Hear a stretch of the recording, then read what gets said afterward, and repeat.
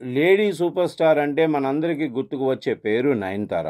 ఈమె స్టార్ హీరోల సరసన హీరోయిన్‌గా చేసి హిట్లు అందుకోవడమే కాదు, లేడీ ఓరియెంటెడ్ చిత్రాల ద్వారా కూడా సూపర్ హిట్స్‌ను అందుకుంది. అందుకే నయనతారని లేడీ సూపర్ స్టార్ అంటారు. ఆమె తర్వాత అనుష్కని కూడా లేడీ సూపర్ స్టార్ అని పిలుస్తూ ఉంటారు. ఎందుకంటే ఈమె చేసిన లేడీ ఓరియెంటెడ్ సినిమాలు అత్యధిక శాతం సూపర్ హిట్స్‌గా నిలిచాయి. అయితే అనుష్క ఇప్పుడు రెగ్యులర్‌గా సినిమాలు చేయటం లేదు. కానీ నయనతార మాత్రం రెగ్యులర్‌గా సినిమాలు చేస్తూనే ఉంది.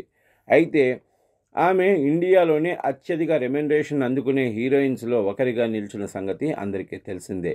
సౌత్‌లో ఒక వెలుగు వెలిగిన ఈమె బాలీవుడ్‌లో షారుఖ్ ఖాన్‌తో కలిసి 'జవాన్' అనే చిత్రంలో నటించింది. ఈ సినిమా కమర్షియల్‌గా సెన్సేషనల్ బ్లాక్ బస్టర్‌గా నిలిచి 1,200,00,00,000 గ్రాస్ వసూళ్లను రాబట్టింది.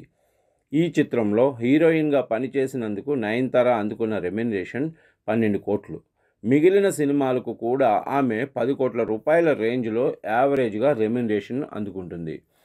అయితే ఇప్పుడు నయనతారని రెమ్యునరేషన్ విషయంలో సాయి పల్లవి దాటేసింది అంటున్నారు బాలీవుడ్ ట్రేడ్ పండితులు.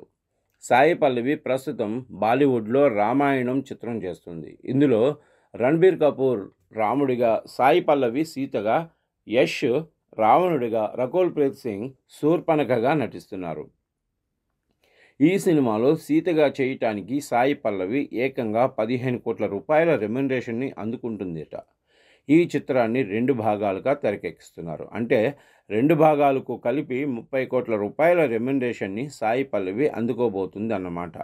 ఇది మామూలు విషయం కాదు. ఈ రేంజ్ రెమ్యునరేషన్ నేటి తరం స్టార్ హీరోయిన్స్‌లో ఎవరూ అందుకోవట్లేదు.